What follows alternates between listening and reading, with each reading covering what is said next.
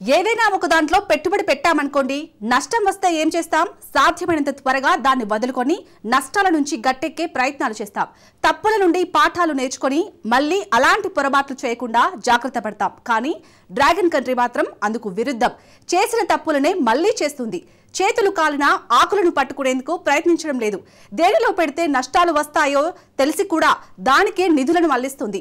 దేశంలో అప్పులు పెరుగుతున్నాయి, నిరుద్యోగం పెరుగుతుంది, ఆర్థిక వ్యవస్థ ఢమాల్ అంటుంది. అయినా సరే బీజింగ్ మాత్రం డోంట్ కేర్ అంటుంది. తను నిండా మునుగుతున్నా పర్లేదు, ప్రపంచం మాత్రం తన గుప్పిట్లోనే ఉండాలనుకుంటుంది. ఇంతకు డ్రాగన్ చేస్తున్న తప్పేంటి? ఏ పథకం?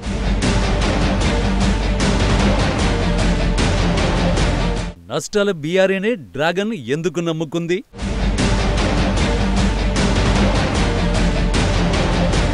బీఆర్ఏతో ప్రపంచ పెద్దన్నగా చైనా మారుతుందా?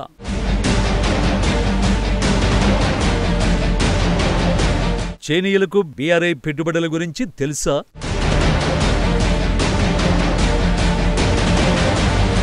చైనా అధ్యక్షుడు జిన్పింగ్ తన మానస పుత్రిక ప్రాజెక్టును మళ్లీ తెరపైకి తెస్తున్నాడు. ఆ ప్రాజెక్టు మరేదో కాదు, బీఆర్ఐ అంటే బెల్ట్ అండ్ రోడ్ ఇనిషియేటివ్. వంతెనలు, రోడ్లు, రైల్వేలు, ఓడరేవుల నిర్మాణాన్ని డ్రాగన్ తిరిగి ప్రారంభించింది. ఆయా దేశాలను రుణ సంక్షోభంలో ముంచేందుకు సిద్ధమైంది. ఈ ఏడాది బీఆర్ఐ రికార్డు బ్రేక్ చేస్తోంది. ఈ ప్రాజెక్టులో పెట్టుబడులు ఈసారి టాప్ కు చేరుకున్నాయి. ఈ ఏడాది 6 నెలల్లోనే 176 కొత్త బీఆర్ఐ ఒప్పందాలపై చైనా సంతకాలు చేసింది. ఈ ఒప్పందాల విలువ $14,400 కోట్ల. గత ఏడాది బీఆర్ఐలో భాగంగా చైనా చేసుకున్న ఒప్పందాల కంటే ఈ 6 నెలల్లో చేసుకునేవి అధికం కావడం విశేషంగా చెప్పొచ్చు. దీని అర్థం ఏంటంటే బీఆర్ఐ పట్టాలేని రైలులో దూసుకెళ్తోంది. ఇప్పుడు బీఆర్ఐ మొత్తం కాంట్రాక్టులు, పెట్టుబడుల విలువ $1,00,000 కోట్లకు చేరుకుంది. ఇందులో కన్స్ట్రక్షన్ కాంట్రాక్టులు మాత్రమే $77,500 కోట్ల విలువైనవి ఉన్నాయి. నాన్ ఫైనాన్షియల్ పెట్టుబడులు $50,000 కోట్ల మేర ఉన్నాయి. ఈ పెట్టుబడులన్నీ మౌలిక సదుపాయాలను కల్పించేందుకు ఉద్దేశించబడినవి. అయితే చైనా నిధుల్ని ఎక్కువగా అందుకుంటున్న దేశమేదో తెలుసా? చాలా మంది పాకిస్తాన్ అనుకుంటారు. 2025లో అత్యధికంగా నిధులను పొందిన దేశం కజకిస్తాన్. $2,300 కోట్ల మేర బీఆర్ఐ ప్రాజెక్టు పెట్టుబడుల్ని కజకిస్తాన్ అందుకుంది. ఇప్పటి వరకు ఎక్కువగా నిధులందుకున్న బీఆర్ఐ భాగస్వామి కజకిస్తానే.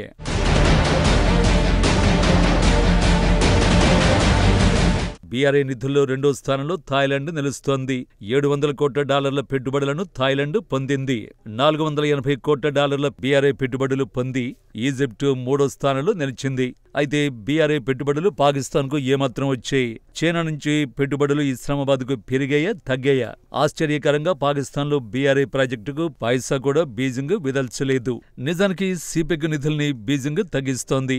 సిపెక్ అంటే China Pakistan economic corridor. BRI పెట్టుబడులకెల్లా సిపెక్ హై ప్రొఫైల్ ఇన్వెస్ట్మెంట్ గా చెప్పొచ్చు. దీనికి ఏకంగా $6,000 కోట్ల వెచ్చించాలని చైనా నిర్ణయించింది. కానీ ఇప్పుడు సిపెక్ ను చైనా పక్కన పెట్టేసింది. సిపెక్ లో చైనా పెట్టుబడులు సుమారు 54% పడిపోయాయి. సింపుల్ గా చెప్పాలంటే పాకిస్తాన్ కు నిధులు ఇవ్వడానికి డ్రాగన్ నిరాకరిస్తోంది. పాక్ను నమ్ముకుంటే నిండా మునగడం ఖాయమని డ్రాగన్ కు అర్థమైంది. దీంతో ఇప్పుడు చైనా కొత్త పార్ట్నర్ను వెతుక్కునే పనిలో పడింది.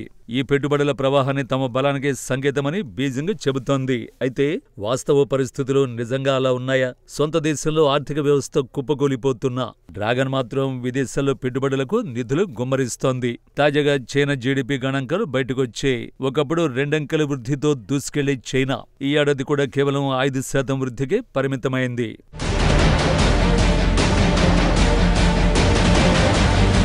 చైనా 5% వృద్ధి అన్నది కేవలం తొలి త్రైమాసికానికి సంబంధించిన జీడీపీ మాత్రమే అన్న విషయం మరవద్దు. జీడీపీ వృద్ధి ఏటా తొలి త్రైమాసికంలో 5.4% పెరుగుతోందంటూ China national bureau of statistics (NBS) chief వెల్లడించాడు. ప్రతి 2వ త్రైమాసికంలో 5.2% వృద్ధి నమోదవుతోందన్నాడు. దీన్ని చూస్తే చైనా వృద్ధి రేటు ప్రతి సెకండ్ క్వార్టర్లో 1.1% పెరుగుతోందని వెల్లడించాడు. NBS చీఫ్ చెప్పిన దాన్ని బట్టి చూస్తే చైనా వృద్ధి రేటు అద్భుతంగా ఉందని అనిపిస్తోంది కదా. కానీ నిజమేంటంటే చైనా ఆర్థిక వ్యవస్థ నష్టాల సుడిగుండంలో చిక్కుకుంది. డ్రాగన్ స్థిరాస్తి రంగం పూర్తిగా స్తంభించిపోయింది. కొత్త ఇళ్ల డిమాండ్ బాగా తగ్గిపోయింది. స్థిరాస్తి రంగం 2017లో పీక్కు చేరింది. ఆ సంవత్సరం చైనాలో ఏకంగా 2 కోట్ల కొత్త ఇళ్లు అమ్ముడయ్యే. కానీ ఇప్పుడు ఆ సంఖ్య కేవలం 50 లక్షలకు పడిపోయింది. 2017తో పోలిస్తే ఈ ఏడాది ఇళ్ల విక్రయాలు సుమారు 75% పడిపోయాయి. దీనికి తోడు నిరుద్యోగ సమస్య తీవ్రమవుతోంది. ప్రత్యేకించి యువతలో పూర్తిగా నైరాశ్యం నెలకొంది. సుమారు 15% చైనీస్ యువత ఉద్యోగాలు లేక ఆందోళనకు గురవుతున్నారు. ఇప్పుడు చైనాలో కొత్త ఉద్యోగాలు సృష్టించే పరిస్థితి కనిపించడం లేదు. మరోవైపు చైనా ఆర్థిక వ్యవస్థను డిఫ్లేషన్ వెంటాడుతోంది. డిఫ్లేషన్ అంటే ఇన్ఫ్లేషన్ కు వ్యతిరేకమైనది. ఇన్ఫ్లేషన్ అంటే ద్రవ్యోల్బణం. ఇది నిత్యావసరాల ధరల పెరుగుదలను సూచిస్తుంది. అదే డిఫ్లేషన్ వస్తే నిత్యావసరాల ధరలు కనిష్ట స్థాయికి పడిపోతాయి.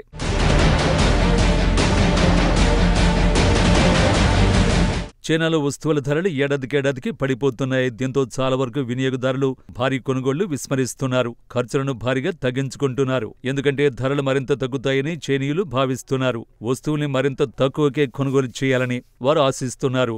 డిఫ్లేషన్ పరిణామం చైనా ఆర్థిక వ్యవస్థను కుంగదీస్తుంది. వినియోగదారుల ఖర్చులు తగ్గిపోతే దేశ వృద్ధి రేటుపై తీవ్ర ప్రభావం చూపుతుంది.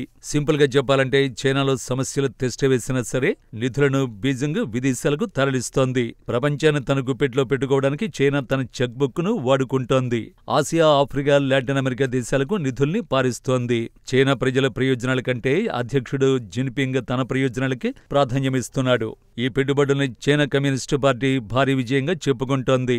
ప్రపంచంపై అమెరికా ప్రభావాన్ని తగ్గించి తనే పెద్దన్నలా వ్యవహరించాలని చైనా కోరుకుంటోంది. అయితే జిన్పింగ్ విధానాలను సాధారణ చైనీయులు ఎందుకు ప్రశ్నించడం లేదు?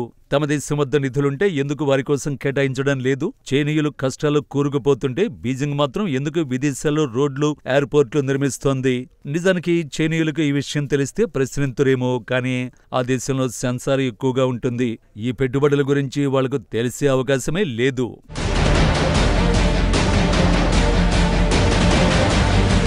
మొత్తంగా బీఆర్ఐ ప్రాజెక్టును తమ శక్తికి చిహ్నంగా చైనా భావిస్తోంది. కానీ అది ఖరీదైనదిగా, ప్రమాదకరమైనదిగా మిగతా ప్రపంచం చూస్తోంది. కొన్ని గతి లేక, గత్యంతరం లేక చైనా నిధుల కోసం ఆరాటపడుతున్నాయి. ఆర్థికంగా మరింత సంక్షోభంలోకి కూరుకుపోతున్నాయి.